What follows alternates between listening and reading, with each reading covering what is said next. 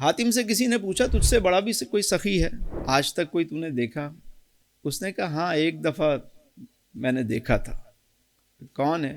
اس نے کہا میں نے ایک دفعہ دعوت کی پورے شہر والوں کی، اپنے قبیلے کا سردار تھا، پورے شہر کی دعوت کی کہ سب آج کھانا میرے ساتھ کھائیں، اور کہا کہ میں نے بھیس بدل کر میں گیا کہ میں دیکھوں کہ کوئی رہ تو نہیں گیا۔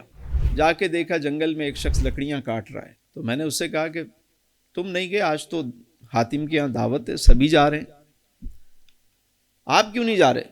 تو بابا جی نے لکڑیاں کاٹتے ہوئے کہا کہ ہاں دعوت تو مجھے بھی ہے، مگر کیا کروں، اپنے ہاتھوں سے کما کر کھانے کا چسکا پڑ گیا، چس آ گئی، مجھے اب مفت کی دعوت جو ہے وہ پسند نہیں آتی۔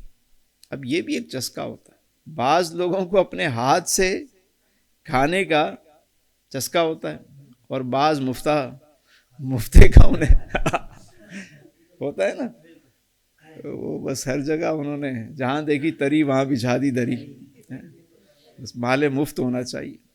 ابھی تو خیر پوری قوم کو ہی زیادہ تر یہی چسکا ہے، کہیں سے مل جائے۔ جب حاتم طائی وہاں سے جانے لگا، اس کی بات سے بڑا متاثر ہوا، جب وہ مڑا واپس جانے کے لیے تو بابا جی نے بلایا، کہا میاں تم جاؤ گے دعوت میں؟ کہا ہاں جی میں بھی جاؤں گا۔ کہا یہ چند درہم ہیں میرے پاس، یہی ہیں، یہ تم لیتے ہوئے جاؤ، وہاں جو لانگری ہوگا، جو کھانا بنا رہا ہوگا، اس کو میری طرف سے دے دینا۔ تو اللہ کے دیے میں سے دینا، سخی ہونا بڑے شرف کی بات ہے، اور سخی ہونے کے لیے کوئی بہت زیادہ مال نہیں چاہیے ہوتا۔ حاتم طائی کیا کہہ رہا ہے کہ مجھ سے بڑا سخی کون ہے؟ وہ لکڑہارا ہے، کیونکہ میں تو اپنے مال میں سے سخاوت کرتا ہوں، اس کے پاس جو تھا وہی دے دیا اس نے، جتنے درہم تھے اس نے نکالے، کہا یہ میری طرف سے وہاں جو کھانا بنانے والے ہوں ان کو دے دینا۔ میں حاتم طائی کی طرح اتنا مال تو نہیں رکھتا، لیکن یہ میرے درہم بھی اس کھانے میں، اس دعوت میں شامل ہو جائیں گے۔ آپ چاہتے ہیں نا کہ آپ کے رزق میں برکت ہو، تو اس کا طریقہ یہی ہے کہ جو آپ کے پاس ہے ایک تو اس پر شکر کریں۔ دیکھیں نعمتوں میں اضافے کے دو طریقے ہیں، اگر وہ غریب ہے امیر ہو جائے گا انشاءاللہ، اور اگر وہ امیر ہے تو اس کی نعمتوں میں اور اضافہ ہو جائے گا۔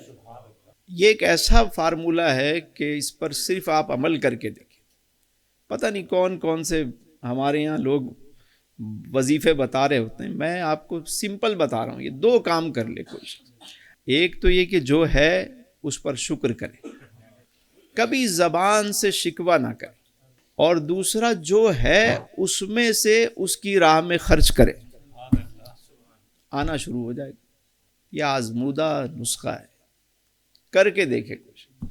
اب ایک کہتا ہے یار میرے پاس تو ایک ہی روٹی ہے، میں کیا، بھائی اس میں سے ہی آدھا نہیں دے سکتے، ایک لقمہ ہی دے سکتے ہو، وہ لقمہ اللہ کے لیے نکال کر دے دو، سبحان اللہ، کسی بندے کو نہیں دے سکتے، کوئی اس کی مخلوق کے آگے ڈال دیں گے، وہ کھا لے۔